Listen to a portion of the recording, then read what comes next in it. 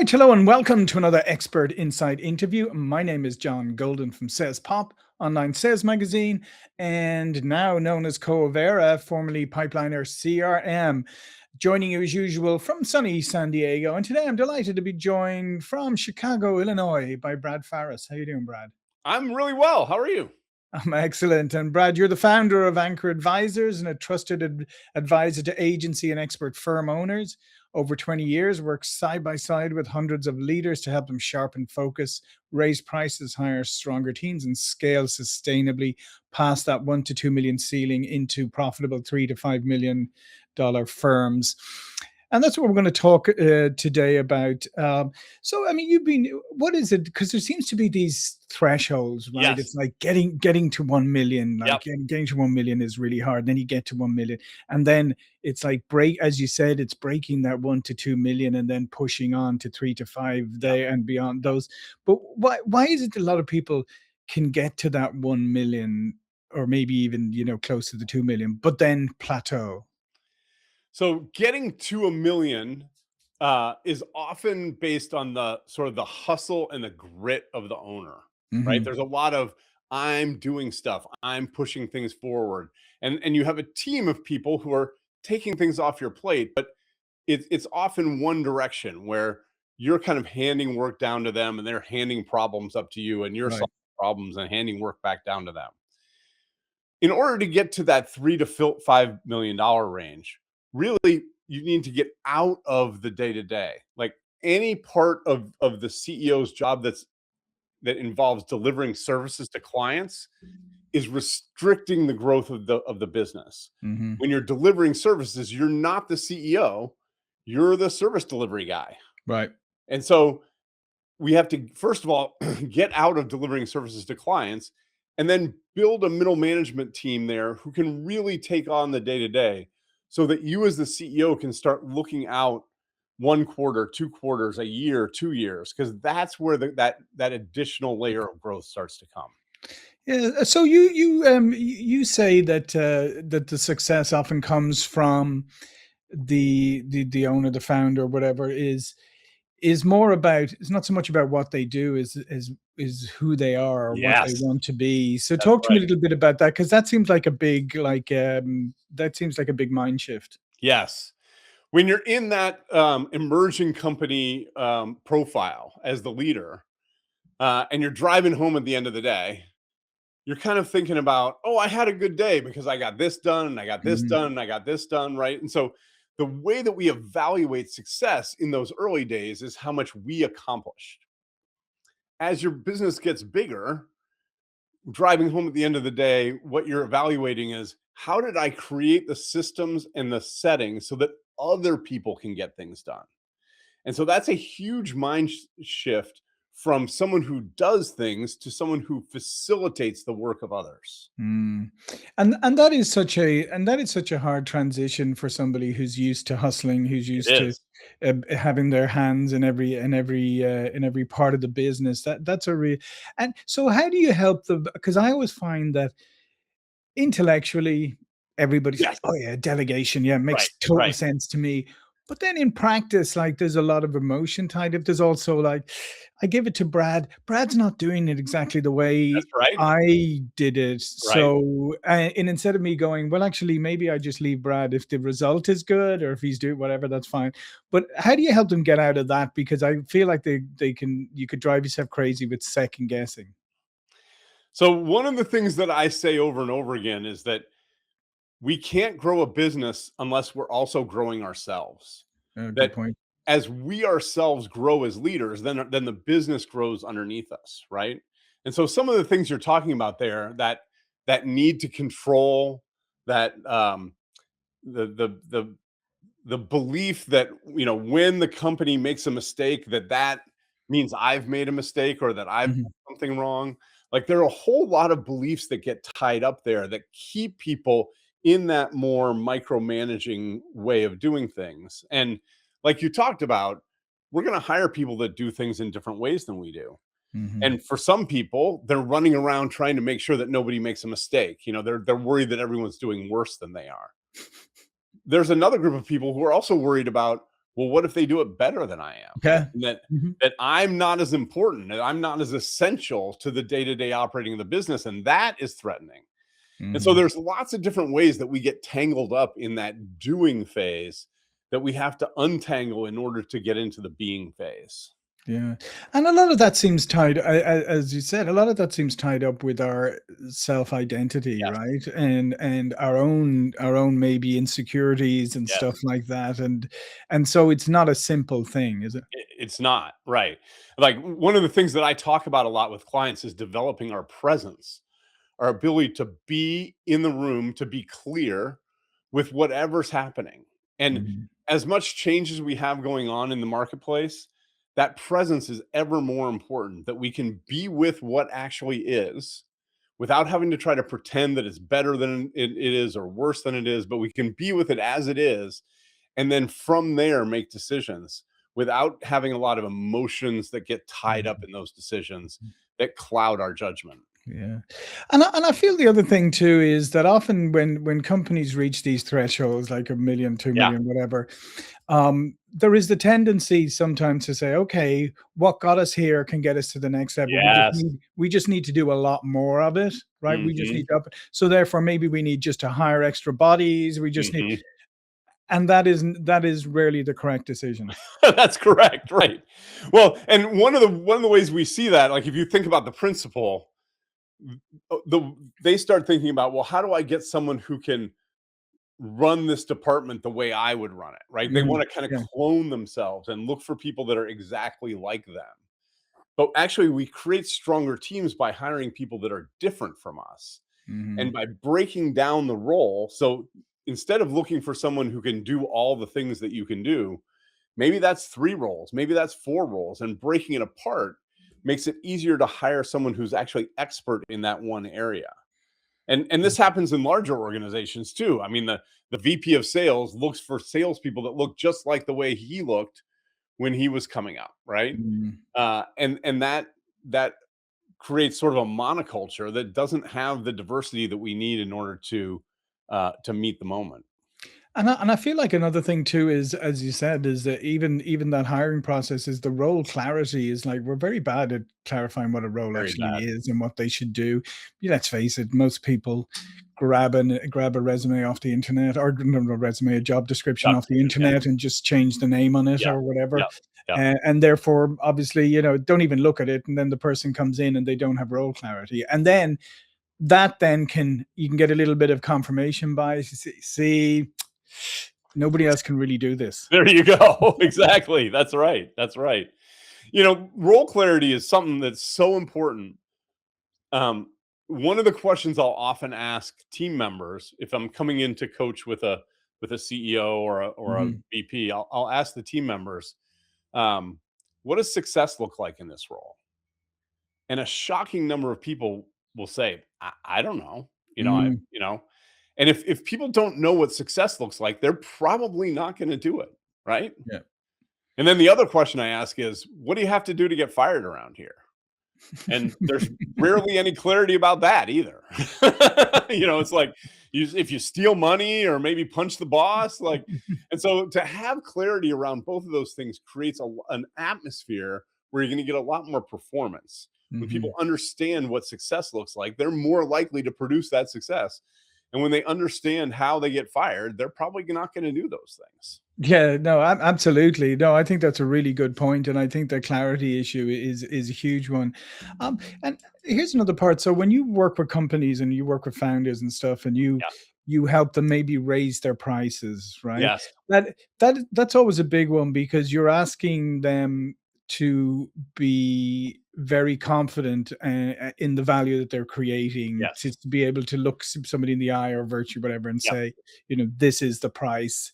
And when somebody pushes back, you are able to say, no, here's the value we're delivering. How hard is it sometimes to get the prices increased? Mm. So it's funny. Almost every I put that in the bio because almost every client that I work with, we end up raising prices. Hmm. And there's kind of two things about that. One, the easy one is I come in and they're like, "Oh my gosh, we're so busy, but we can't hire anybody." Right. Like, oh, well, then you need to raise your prices because you need Yeah. to create more margin so you can hire the Mhm. people to do the work. Like that Mhm. one's just like a drop dead easy one, Yeah, right? yeah, yeah. The other is, and it's a little sneakier, is yeah, we've got clients, but they're just annoying. Like they're nitpicky. They're nickel and diming us on stuff. Well, again, that's what happens when you don't charge enough. And so when you Yeah. charge more, the price is actually a feature of the service or the product. And so the more you charge, the more you attract a buyer who is willing to spend that kind of money, who sees that you're offering great value. So the thing that's interesting is when we don't offer enough, we attract buyers who don't see the value. But when we offer a higher price, we attract buyers who do see the value. Mhm. So one of the things when we're raising prices, and I'm not talking about like a 3 or 5% increase, I'm Sure. talking about like a 20 or 30 or 50% Mhm. increase. What that uh, means, and people almost immediately get this. Well, if I'm going to offer that price, I need to be talking to different people. Excellent. Yeah. Now we're on the track, right? Now Mhm. instead of thinking of it as a tactical problem, it's a marketing problem. How do we reach the people who are willing to pay that price? Mhm. And so once you get people thinking in that vein, really all kinds of opportunities open up. Yeah.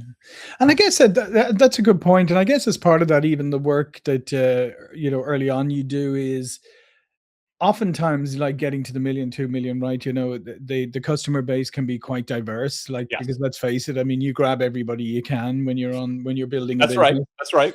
And and then at some stage, then you have to get very, very granular and targeted on who your real customer is. Yes. Yeah. So there's a transition phase. So when you're in that startup phase, like you say, you take any work that people will give you money for. Mhm. Um, when you take that broad diversity of clients, yes, you can start to scale, but it's not super profitable because Yeah. you're serving up snowflakes. Everybody has different needs. Mhm. And so the way to launch out of that kind of million into that 3 to 5 million is to narrow the scope of your service offerings and you find the clients that value the highest and you look for more and more of those. And so as Mhm. you narrow your offerings, things become more repeatable and therefore more profitable. And not only are they more profitable, you have more confidence that you can deliver the value because you've used this same process over and over again. Yeah. And Yeah. so when you narrow, that's actually the mechanism that helps you to scale. Yeah, yeah, yeah, absolutely. So, what are some of the for those companies you work with that successfully break over the 2 million plateau and head to the 3 to 5 million? What are some of the leadership or operational shifts Mm. that are very obvious?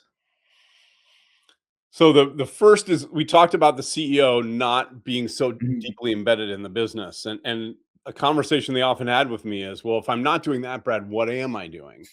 Mhm. So the CEO shifts their focus from being inward in the business to outward, talking to clients, talking to potentially funding sources or other Mhm. partners, but looking for where is the puck going so we can skate there as opposed to, being driving Mhm. off the end of your hood. Yeah. So that's the first shift is to get the CEO thinking more outside of the business. That allows the management team then to elevate to look their time horizon also starts to extend and we give them more autonomy, which often means that we're hiring more skilled people or people that have a track record of success, which may be different from the type of people that we were hiring early on. So we're paying a little bit more. We're hiring people with a better track record of success. And then, like we talked about earlier, narrowing your product offering, raising your prices so that you have the margin to be able to hire those higher priced people. Mhm. And that catapults the growth further. We call it product market fit, right? Right. When we have a service or a product that a market starts pulling us along, that they're asking, the demand is pulling us, and that's usually what we start to see when we get that narrowing because you can tailor or craft your service for that ideal audience. Yeah, no, absolutely. And also, how have you seen them also get out of maybe the frenetic pace of Mhm. when it's like startup and it's like the first thing and everything has, I mean, we live in a world where yes, business is moving at light speed, but everything seems to be moving at top speed. And sometimes maybe we're moving at top speed when we don't need to be. I agree 100%. There's a couple of things there. When in early stage companies, the CEO keeps track of what's going on because they see every data source. Like Yeah. they're looking at every invoice, they're signing every check, so they're hands on with the data. As the organization grows, they start to get aggregated reports. And this is where having better systems is really Mhm. helpful so that you can start to see, the fat part of the pipe, the normal distribution, that's being handled by the team. And the CEO is really only worried about the really profitable stuff and the really Mhm. unprofitable Yeah, stuff. yeah, yeah. Um, so starting to get some aggregated reports so that they are not reacting to every day's news. They're starting to average that out Mhm. over a longer period of time. That helps to slow down the thinking a little bit. Also, it enables them to look again at those longer time horizons, which that just requires more thought and more planning, which also slows us down. So, Mm. if we can get out of the day to day and have teams that we're confident are handling things, then that allows us to slow down our thinking and look out on a longer time horizon. Yeah, and you mentioned presence being important earlier, and I guess that it's hard to be present if you're continually scattered and you're pulled in 1,000 different directions, isn't it? So there's a real strategic part of presence where you're able to impact the business, in a greater way by maybe reducing the amount of running around you're doing. And even to reduce the amount of time that you're spending in the business Mm, for a mhm, lot of leaders as that organization grows. Like when we're scaling, we think that what is going to create greater sales is more effort on our part. mhm, yeah, yeah. But actually, you get around 2 million, 1.8, 2.2. All of a sudden, things get a lot easier for the leader. And she might be taking more time off at that point. And Mhm. I really encourage taking some time away from the business because that does help us to slow down. And that's often when our creativity starts kicking in, where we can create the next thing that's needed as opposed to just running the thing that we have faster. Yeah, and obviously, the more I mean, hiring is obviously very critical to that piece, right? So you Yes. need to hire the right people.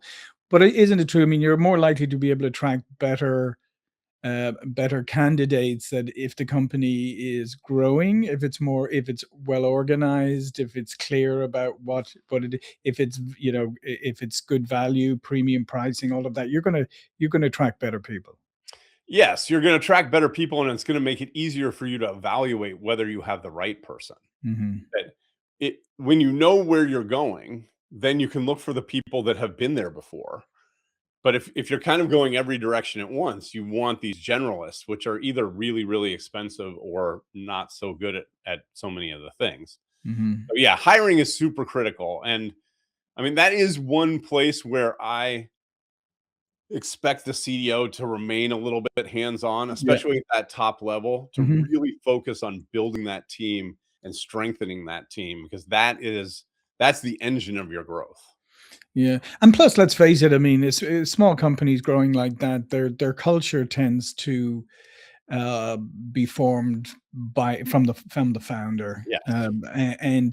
and over time, and therefore, I mean, it is also something that the founder needs to be aware of, that they are setting the culture, and if they don't set it deliberately, it'll happen organically. Yeah. Yeah.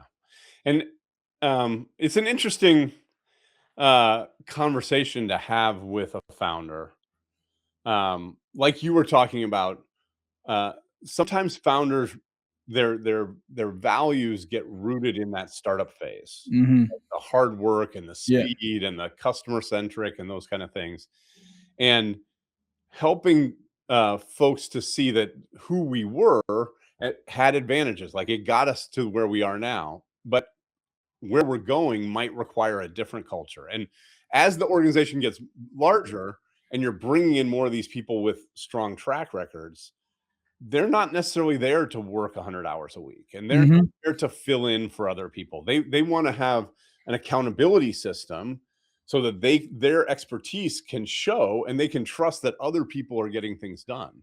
And Hmm. again, that's another one of those mindset shifts where instead of thinking we need multi-tools, we actually need specialists in these roles, and specialists want accountability. And so that's very different from the startup phase. It is, and to your point there is like you shouldn't be at that stage looking to hire people who work 150 hours a week. You should be looking for people who know what they're doing. And That's right. Yeah. At that stage, I start to be suspicious of people that are working really long hours. Like they might not be very good at what they're doing, because if they were good at it, they could get it done in 40. Or maybe they're running 2 jobs. Yeah, that's on your dime there. Well, listen, thanks, Brad. All of Brad's information will be below this video. But before we go, please do remind people about what you do. Sure. I'm an executive leadership coach. I work with founders and C-level leaders of growing companies to help them to grow themselves so that they can grow their businesses. And you can find out a lot more about me at anchoradvisors.com. Fantastic. Well, listen, thanks again, Brad. Thank you for watching and listening. And I'll see you all again very soon. Thank you.